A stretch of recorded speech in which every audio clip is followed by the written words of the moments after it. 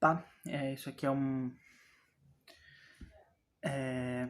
aqui é o protótipo de vídeo, vídeo resumo, acho que você poderia dizer assim, que eu vou fazer de história para quem quiser, se alguém precisar de alguma ajuda em algum assunto de história. É um plano que eu tô fazendo para eu me treinar e também ajudar quem estiver precisando em qualquer assunto de história que a gente estiver tendo. Mas vamos começar. Eu vou falar hoje aqui um pouco sobre Império Bizantino, que é um dos meus impérios favoritos da história. E por quê? O Império Bizantino, ou Império Romano II, como provavelmente vai estar aparecendo aí no slide, por que, que a gente chama. Por que eu chamo ele assim? Por que, que os outros historiadores também falam de um Império Romano, uma sequência, uma continuação do Império Romano? Porque é o Império Romano. É o Império Romano do Oriente, que foi separado, né, do Império Romano do Oriente e do Ocidente durante a durante depois da expansão total do Império Romano, foi dividido em dois o Império: Império do Oriente e Império do Ocidente. O Império do Ocidente caiu em 572, se eu não me engano. E mais o Império Romano do Oriente permaneceu bem forte. Permaneceu relativamente forte, durou até 1453, quando Constantinopla caiu. Sendo o Império Romano numa área, na área que incluía Grécia, o que hoje é Turquia, Palestina, Egito, é um império multiétnico, inclui vários povos, né, obviamente, e só que tem uma forte influência grega na administração. A capital do império era Constantinopla, que ficava na península balcânica, né, perto da Grécia. E a língua oficial do império se tornou grego. Por isso que tem fortes fortes traços de influência tanto cultural quanto de étnico e linguístico grego. A língua oficial do império era o grego. Tanto que até hoje a igreja grego-ortodoxa fala grego. É uma das heranças que o Império Bizantino se manteve, uma das instituições que se mantiveram. O Império Bizantino tinha herança legal romana, ou seja, o que é isso que você quer dizer? As leis romanas, sendo esse uma continuação do Império Romano, eram também as mesmas leis de Roma. Essa influência se mostra em vários aspectos. O que a gente vai ver, vai falar um pouco mais depois, que as leis de Roma foram reformuladas e reestruturadas para o Império Bizantino durante o reinado de Justiniano. A gente vai falar disso um pouco mais depois. Como é que era a forma de governo do Império Bizantino? Bem, o Império Bizantino, ao contrário do que seria formado na Europa depois, né, na Europa feudal, tinha um governo fortemente centralizado. Ou seja, um governo central forte que exercia domínio sobre as áreas distintas. Mas o império fortemente centralizado, com o imperador, também como chamado na época, né, o Basileu, tendo forte influência tanto secular, ou seja, influência política, como forte influência religiosa. A própria ideia do imperador, do Basileu, era que ele era um governante empossado por Deus. Portanto, ele tinha tanto poderes religiosos como poderes políticos, num formato de governo que a maioria das pessoas, dos professores, chama de Césaropapismo. César, né, o poder político, militar, e papismo porque ele tinha o poder religioso que deveria ser equivalente ao do Papa. Enfim, a gente vai falar sobre como um foco principal dessa aula vai ser um reinado de um rei, de um imperador bizantino que gerou o apogeu e que também reflete várias das fraquezas e problemas do Império Bizantino. O imperador bizantino que a gente vai falar aqui, que é muito bom para a gente refletir e explicar várias coisas acerca do Império, inclusive várias das coisas que são cobradas em provas, é o reinado de Justiniano. Justiniano foi um dos primeiros, né? Ele reinou durante o século VI, né? De 530 e pouco, se eu não me engano, e até 550. Eu não lembro direito, me perdoe. Mas ele reinou durante o século VI. O que isso é importante? Foi pouco tempo depois da queda de Roma.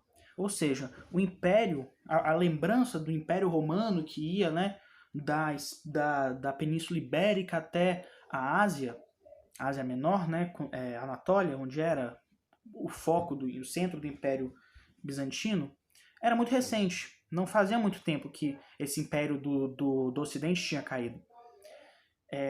O Império que ele recebeu, o Império que ele herdou, era um Império relativamente forte, mas era um Império que, durante o tempo do governo dele, passou por diversas adversidades e problemas. Que fosse um imperador menos competente, fosse o Império governado por um imperador menos competente do que ele, provavelmente teria caído.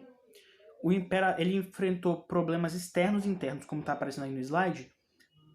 Enfrentou, como problemas internos, uma forte divisão na fé dos cidadãos dele, que era a heresia dos monofisistas, o cisma entre os monofisistas e os ortodoxos, que a gente também vai explicar depois.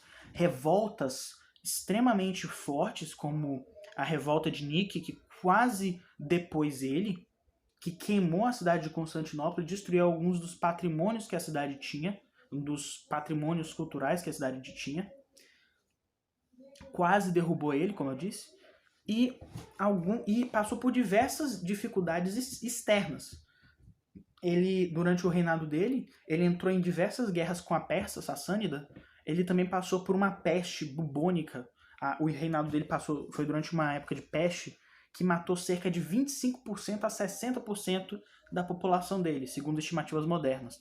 Mesmo numa situação desfavorável como essa, em uma situação difícil, né, que potencialmente poderia ter derrubado alguns imperadores que não fossem tão competentes ou tão preparados quanto Justiniano, ele ainda assim conseguiu reconquistar toda a Itália, inclusive a cidade de Roma, e retirou os vândalos das províncias da África do norte da África, né, que Roma também tinha domínio sobre. Como eu disse, ele poderia ser um bom governante. Não era uma boa pessoa por completo.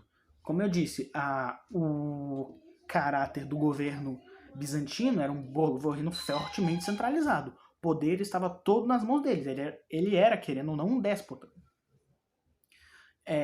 Isso ficou bem claro durante o início do reinado dele, quando ele começou a reformar vários aspectos do governo. Ele reformou, principal que a gente vai falar aqui, né? Ele reformou os impostos. E o que é que gerou essa reforma?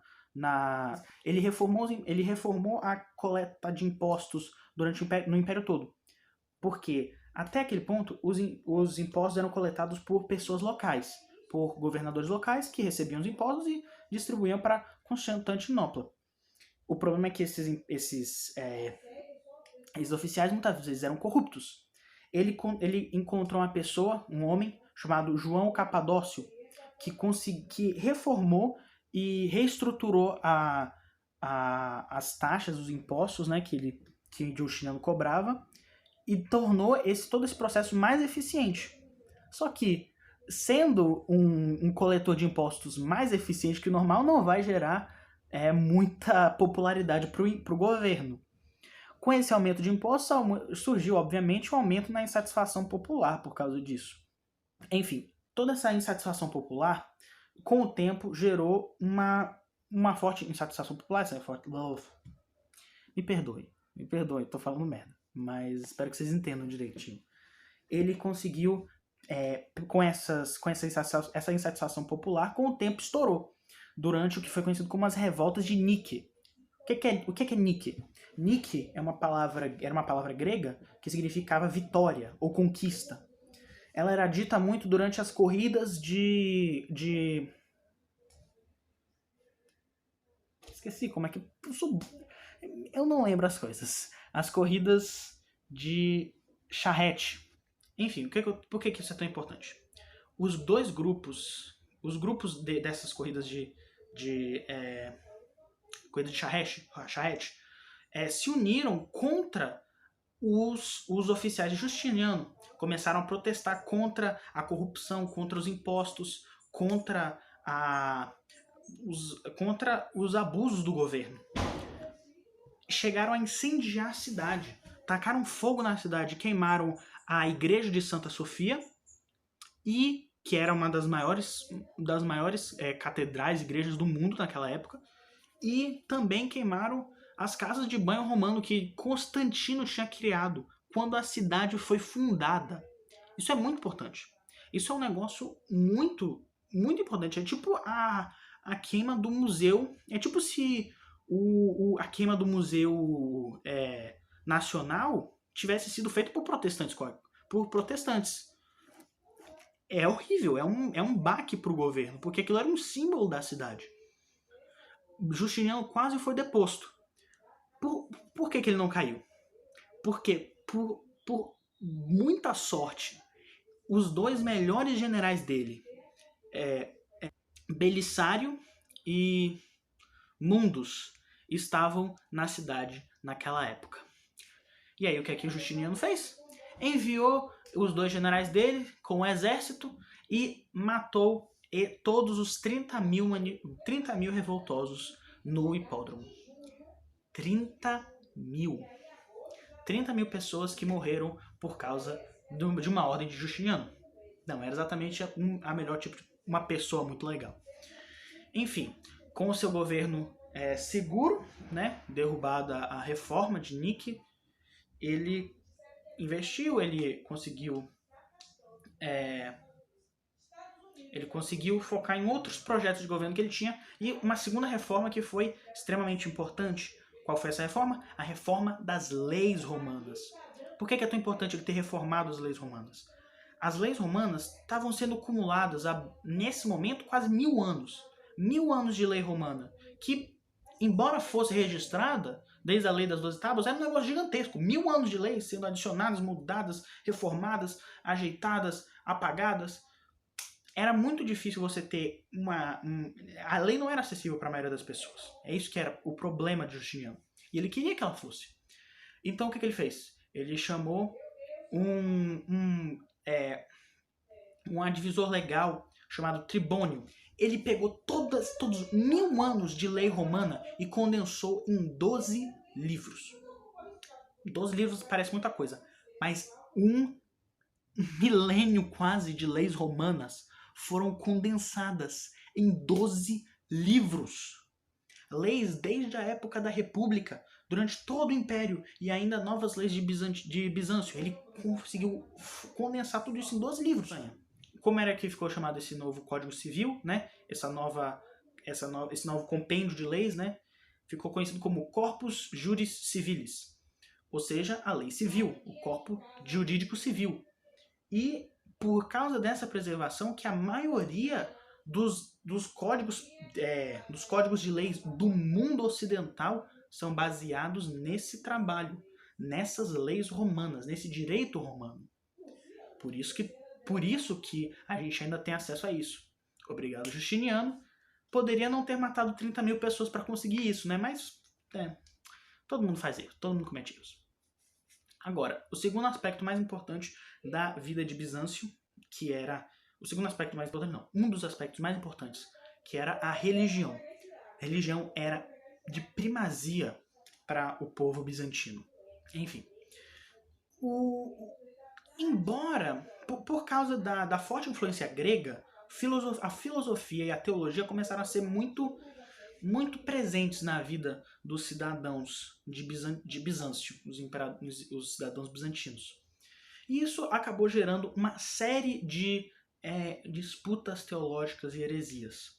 Por exemplo, uma das que mais afetou Justiniano especificamente foi a divisão dos cristãos naquela época entre monofisistas e ortodoxos. Qual era a questão?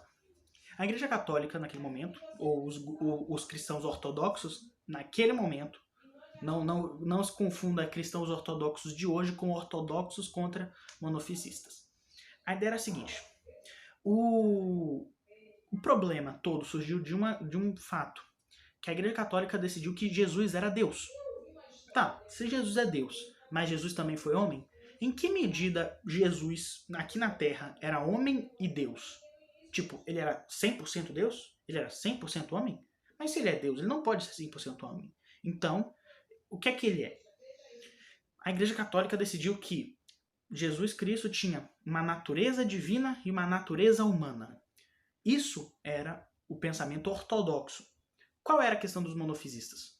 Os monofisistas acreditavam que, não, Jesus não teve uma natureza humana. Se Jesus é Deus, como é que ele pode ter uma natureza humana? Não, Jesus é todo Deus. Ele é 100% uma só natureza divina. Isso deu problema. Séculos de divisão. Justiniano tentou, vários imperadores depois dele tentaram curar essa divisão na igreja, não conseguiram. Esse foi uma das questões, os problemas entre a vida e das heresias que aconteceram durante o Império Bizantino. Outra muito famosa, né, que é a crise dos iconoclastas, da iconoclastia, ou seja, adoração de ídolos. Os imperadores bizantinos tinham várias imagens, artefatos dourados, artefatos de ouro que valiam muito dinheiro, eram vendidos por membros da igreja de Roma na cidade de Bizâncio, e isso era incômodo. Primeiro porque crenças pessoais dos imperadores, né? Obviamente, se o imperador pensa uma coisa, ele vai tentar impor isso sobre as outras pessoas. Afinal, ele não é César e Papa? Ele não tem o poder religioso? Ele não é o vice-deus que veio para governar o mundo? A vida é assim. Ele decidiu, o imperador Leão III decidiu que a iconoclastia era herética e todos os ídolos deveriam ser destruídos. E o ouro dos ídolos iria para quem? Você imagina? Iria para os cofres do imperador. Mas deixa isso para lá. Por causa disso, quem apoiava o imperador? Muita parte do povo, grande parte da população apoiava o imperador nessa questão. Tanto por causa de crenças pessoais, como que eles não conseguiam comprar. As parcelas mais pobres da população não tinham como comprar os ídolos mais caros, de ouro e tudo mais. Então, para eles, não ter ídolo era mais lucro. Para os bispos bizantinos, né, para os membros da igreja, isso era uma heresia completa. Essas tensões foram se acumulando, quando em 1054, se eu não me engano, vai estar aparecendo no slide de qualquer jeito, houve o cisma do Oriente. O que aconteceu no cisma do Oriente? A igreja romana, a igreja católica apostólica romana, oficialmente separou da igreja ortodoxa grega, como seria chamada a partir desse ponto, a igreja de Constantinopla. O que é mais importante da gente considerar sobre Bizâncio? E o que é que mais cai nas questões, por exemplo, do nosso próprio módulo? Primeiro, é muito importante ressaltar, como está aí no slide, Bizâncio manteve muitas tradições e pensamentos gregos. Conseguiu preservar isso pra gente através do que? Da teologia. Porque filosofia, por ser filosofia sozinha, era uma coisa herética. Então, como é que as pessoas fizeram para manter a filosofia? Usaram de artifícios e diziam que era teologia, não é filosofia só, é teologia, estamos falando de Deus. E aí passou. Preservação muito forte da cultura grega. O que também é importante notar? Também é importante notar a importância de Constantinopla e que o Império Bizantino teve durante todo o processo de... durante toda a Era Medieval. Quando começa a Idade Média? A Idade Média começa com a queda de Roma em 400, eu não lembro direito, me perdoe, no século V. Quando é que acaba a Idade Média? Com a queda de Constantinopla. Durante todo esse período da Idade Média, o que estava acontecendo na Europa? Feudalismo, estava rolando ruralização, pouca urbanização.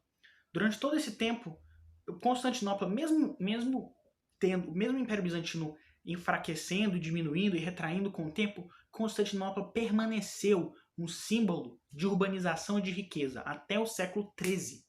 Isso é muito tempo. Mesmo o Império estando em declínio, a cidade se manteve uma das cidades mais ricas da Europa até o século XIII. Isso é muita coisa. Mas enfim, como eu disse, quais são algumas das coisas que mais se destacam da civilização bizantina até hoje são a arte, a religião, a ideia, né? Constantinopla em si ainda existe hoje, sob o nome de Istambul, porque foi dominada pelos turcos otomanos em 1453. Enfim, esse é um resumo rápido de uns 20 e poucos minutos sobre o Império Bizantino. Espero que vocês gostem. Se vocês quiserem outros resumos de outros assuntos, correção de atividade, se vocês estiverem interessados em fazer, eu posso ajudar. Eu vi algumas pessoas que estavam muito confusas. Antes dessa pandemia, algumas pessoas falaram que estavam muito confusas com as avaliações, com algumas questões que não entenderam direito de história. Então, se quiserem, a gente pode fazer. Eu posso fazer outras coisas, outros vídeos, ajudar da maneira que possível e também qualquer coisa que me pedirem relacionada à história e outros, principalmente história, mas eu também estou disposto a ajudar quem puder, o que eu souber também em outros assuntos. Então, de qualquer forma, muito obrigado se assistiu até aqui e, por favor, assista outras coisas ou diga o que você quer que eu faça, que eu quero ajudar também, o máximo possível.